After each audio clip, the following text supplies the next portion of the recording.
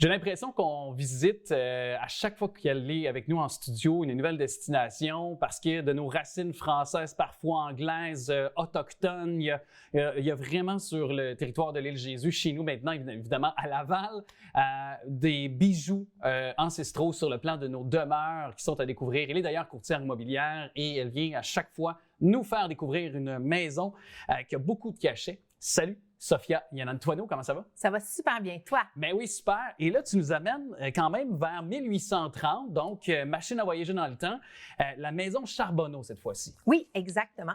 La maison Charbonneau, ça ressemble un petit peu à les anciennes maisons qu'on a parlé auparavant, qui étaient plus dans l'est de l'île. Donc, encore une fois, on regarde les maisons qui sont typiquement franco-québécoises.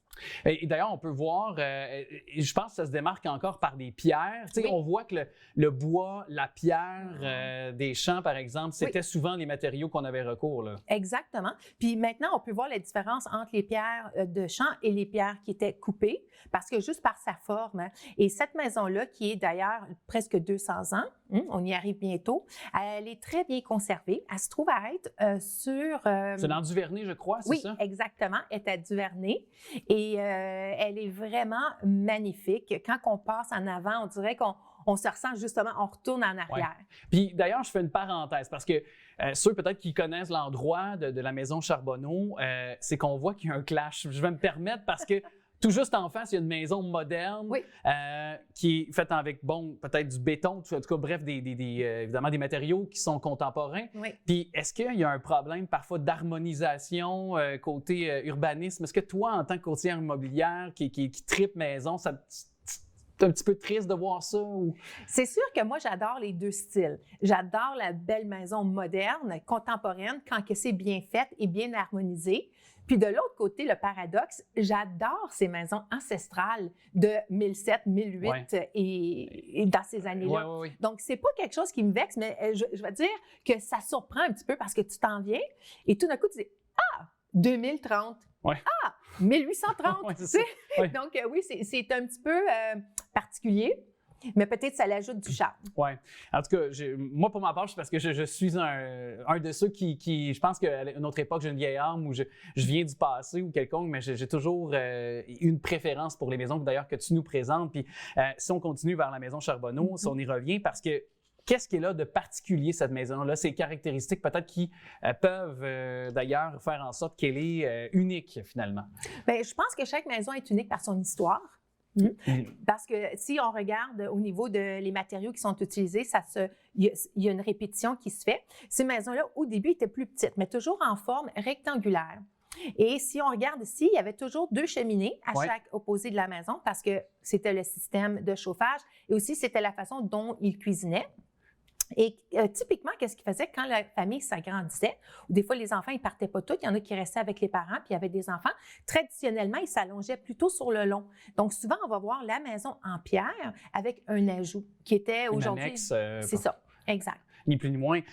Et est-ce qu'on peut parler de cette maison-là? Parce que là, on a conservé maintenant de l'intérieur, parce qu'on voyait de l'extérieur tantôt. Là, on a vu une cheminée, je pense, qui a été découverte par les propriétaires, là, qu'on avait cachée. Là, exactement. Mais c'était comme plus à la mode, les pierres, à un moment donné.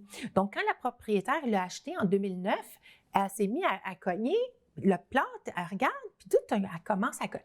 Là, elle dit « Oh, wow, c'est quoi ça? » Donc, tout au pic et à la main, c'est elle-même qui l'a enlevé le plâtre. Puis, je capotais là, à toucher les pierres.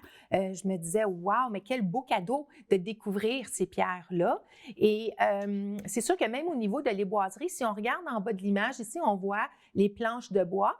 Le plancher d'origine? Ou... oui. Puis, qu'est-ce qui arrive? Évidemment, l'hiver et l'été, les planches, ils s'extensionnent. Oui, ça gonfle un petit peu. Là, exactement. Avec la l'été puis l'hiver, ça rétrécit. Puis, et voilà. Et on le voit encore ici. Donc, ils ont gardé beaucoup l'aspect rustique. Il y a des poutres incroyables. Donc, c'est d'origine. Les portes, le bois, les poutres, tout ça est d'origine. Là. En grande partie, je vous dirais oui. Ils en ont gardé. Puis, eux, c'est des gens qui aiment le style rustique, qui est le fun parce que ça l'accompagne bien l'extérieur de la maison. Puis, elle est placée dans un endroit stratégique, parfaitement placé, avec des champs tout alentour. Oui, c'est ça. On peut voir d'ailleurs l'arrière de la demeure. Donc, il y a un aspect, quand tu parlais de rustique, campagne, Oui. côté paisible aussi, où est-ce Oui. qu'est située la maison. Oui. Donc, ça ajoute au cachet. Et si on revient un petit peu à l'architecture, Oui. il y a, si je me trompe, il y a des lucarnes, donc il y a cet aspect-là aussi qui est super beau de la maison, finalement, Oui. l'extérieur de la maison. Là. C'est ça. Et c'est un toit à 2 vents, donc il y a 2 côtés et il y a des lucarnes aussi qui sont présentées. Puis le toit, il est vraiment en très bon état. Ils l'ont gardé tout en tôle, mais c'est quand même récent. Donc on voit que même s'ils font des rénovations, ils essaient le plus possible de respecter l'architecture de la maison. Et est-ce que, pour ce qui est de cette maison-là, parce qu'on voit depuis le tout début, tu nous présentes différentes maisons, est-ce qu'on a chez les propriétaires un souci aussi peut-être de vouloir continuer à l'entretenir, mais aussi à l'intérieur, à conserver avec des meubles, parce que c'est ça aussi parfois, on se rend compte que des fois, on a un extérieur qui est super beau, mais de l'intérieur, on a des meubles ou peut-être des choix qu'on a fait pour changer certains endroits quand on a dû faire des réparations qui sont un peu plus modernes. Est-ce qu'on a quand même gardé une certaine homogénéité? Voilà, j'ai de la misère avec le mot, là, mais tu comprends où là, je veux aller? Absolument. Oui, je dirais que oui, absolument. Mais étant donné que la maison est quand même champêtre, ça fait campagne, regarde, juste en rentrant, ils m'ont dit non, garde tes souliers, s'il vous plaît. Tu sais, c'est pas comme, ils veulent garder l'aspect rustique.